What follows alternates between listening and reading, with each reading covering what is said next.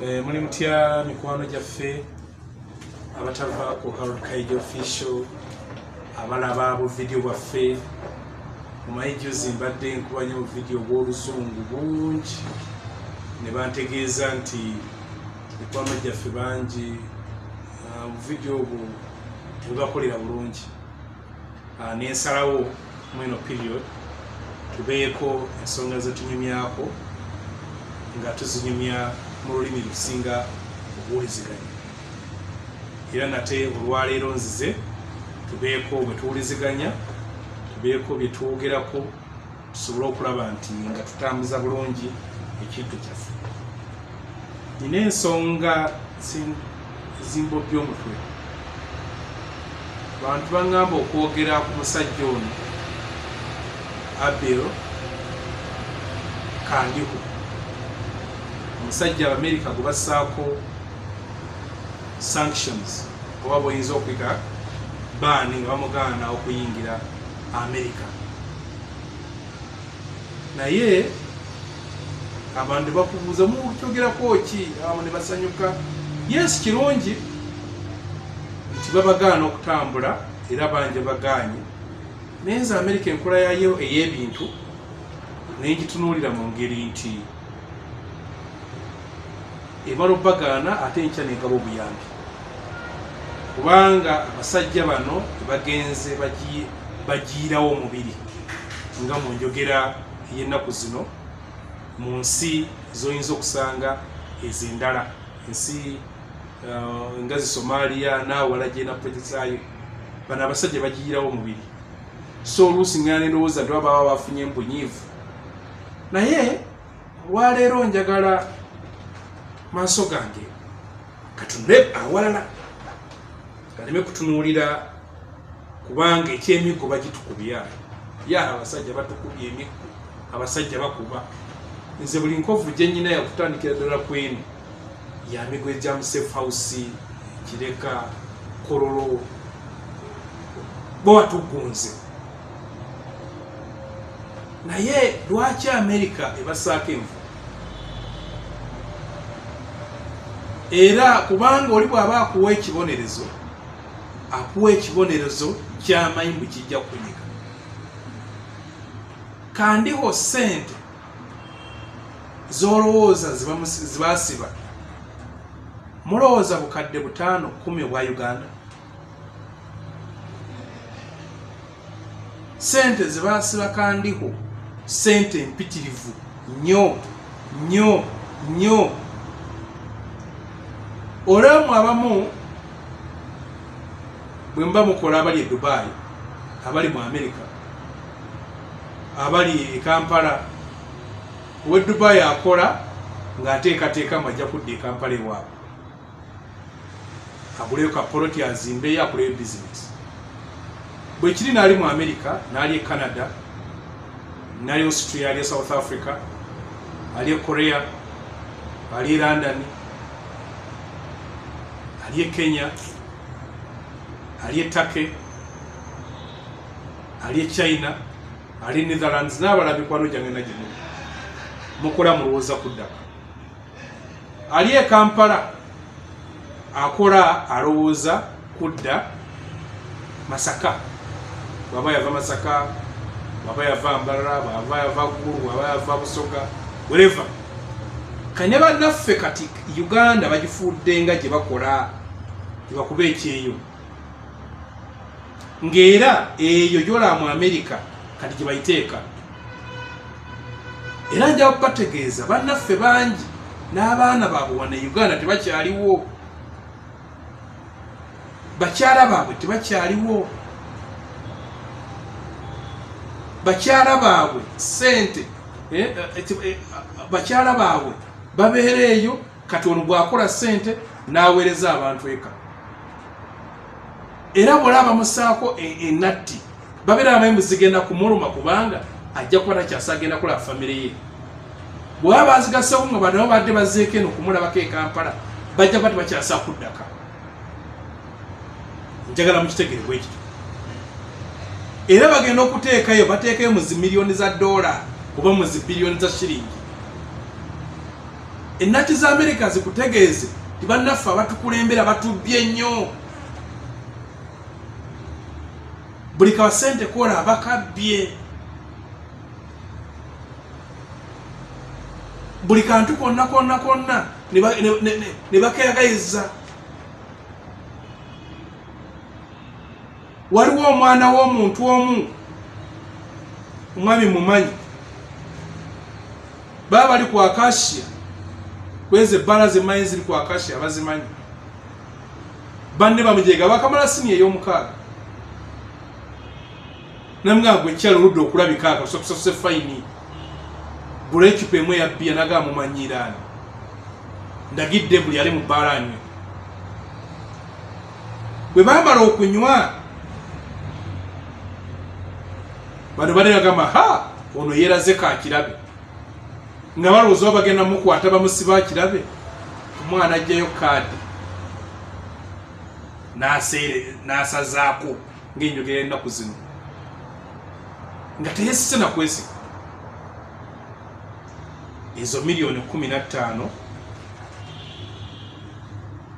ne bazijjako ku ssente yayinako ssente mmeka. Mwana dayimiza kitaawe tewange mukwano gwaffe kyakoze ntidde lwakoze eki nti omwana ayokyeza miliyoni 15 netuzirya mu bbaala. Miliyoni 15 bameka abazirina ku akawunti zaabwe naye mwana amaze sini ey'omukaaga agenda omubuuza erinnya lya genero namugwe otomumayo nga munene wano mu ggwanga kati y'omu ku baana. Omwana omulala asomera Kenya mulenzi wa muntu ali wano akola mu NGO bwe yawambye afuna akasereke n'asomesa omwana e Kenya. Omwana ono alina girlfriend w'omunene omulala akola mu State House. Girlfriend ono atera okujja nga bw'ogamba ndi wano najja nankumbi omwana ava ali wazana n'alinnya takisi ajja alabe ku mulenzi wano. Omwana ava e Canada n'alinnya ennyonyi agenda akyalira omulenzi ye Nairobi ate n'addayo.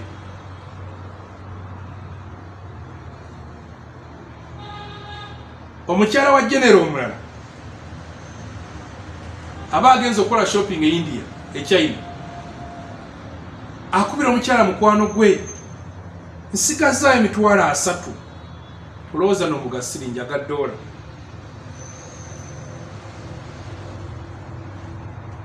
Ngulemu ki olowooza asigazaawo 3 era atutte mmeka? Era atutte mmeka? Olwoka amasomesi tubayita concept of power. Ekyagaza ekirwanyisa abantu okufuna obuyinza kwe kubukwata bafune ebyobugagga by'ensi eyo babigabanye mu bantu abo ababaleeta mu buyinza.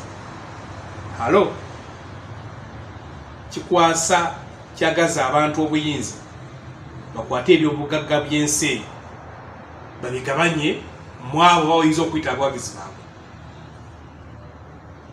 Kati gavumenti bwebanga abayiteeka mu buyinza batono ebyobugagga by'ensi eyo biggwera mu bantu batono.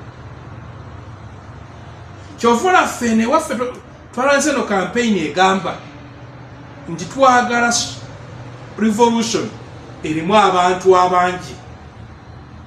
Bwegenda ebaamu abantu abangi otegeeza n'abagabana ebyobugagga by'ensi eno kubanga abakola gavumenti bantu bangi. Era buli muleka abantu batono waba wambye bwabi buyinza manya gavumenti egenda kukolera abo abatono. Mu nsi gye bayita Iran mulimu akakundi kabakaka ke bayita Banyanis. Banyanis abo ebitundu 25 ebya budget byabwe kuba babezaawo gavumenti ebitundu 25 kakundi katono. Katono bayita abagagga bayita banyekundiire n'abagagga abalala lumande bakwagala nobalaba basondera gavumenti nga yeetaaga kisente. Era ekitukubya emiggu ekireese butiya gaasi n'ebirala byolaba bakola kusigala nga bakyalina ebyobugagga. Abantu abo bembategeezezza basigale ng'oluseke lukyagenda gye bali. Baganda bange yensi mwe tuli. So buli lwowulira sanctions ezowulira zongera kutegeeza nti bannaffe omudidi gwe balina e Bulaaya muyitirivu. Ate bw'olaba batereka ssente mu nsi ezo zowulira kiba kikutegeeza nti basuubira nti bwe balinnyuka nga wogaa nyindi akasimba kabuyako mu kyalo bwe nannyuka eyo gye ndaga. Buli nnaku bafuuka nkoko ya mutamiivu lwe bakeesa lwe babala. Bamanyi luliba olwo mujja kwevumbavumba, temugenda kubeera basiru kumala bbanga ddene, mujja kwevumbavumba mubagobe. Kati lwe mulwawo okubagoba nga bongera kubba, lwe mulwawo okubagoba nga bongera kubba, nga kasente ke bakola ki bakateeke. Kyova nti waliwo ali serious mu gavumenti ya Mwai Museveni. Atalina nyumba London, talina nyumba Canada, talina nyumba America. Eyo bonna gye basinzi, gye batadde ebyabwe, gye basuubira tebajja kubeera nga bano Obote, Baamini abaagenda ku ggwanga ensi ne babonaabona nayo. Tebajja kubeera nga bajenero Baamini. Omugenzi kojja wange Sheikh Muzata beyogeranko obasanga ku masigidi e Mombasa nga basabiriza. Salamu alaykum asaba kyasabaliziki. Bano bakimanyi nti gavumenti za wano zigobwa bugobwa. Gavumenti za wano za kusindiikiriza. Ate okusindiikiza okutera okubeera wano tekuwa budde, tekulabula, kugwa bugwe. Ayagala ndi bwafuna omukisa n'abwaka watuukira nga ddala weewa. So n'ekimu kibalaba obwavu obuli mu ggwanga mu ti abantu abatubba ssente baziteeka wano. Zolaba ssente ze bateeka wano ziringa bw'owulira mu betting, bateekawo ssente zibagamba nti tebakola loosi singa bazifiiriddwa.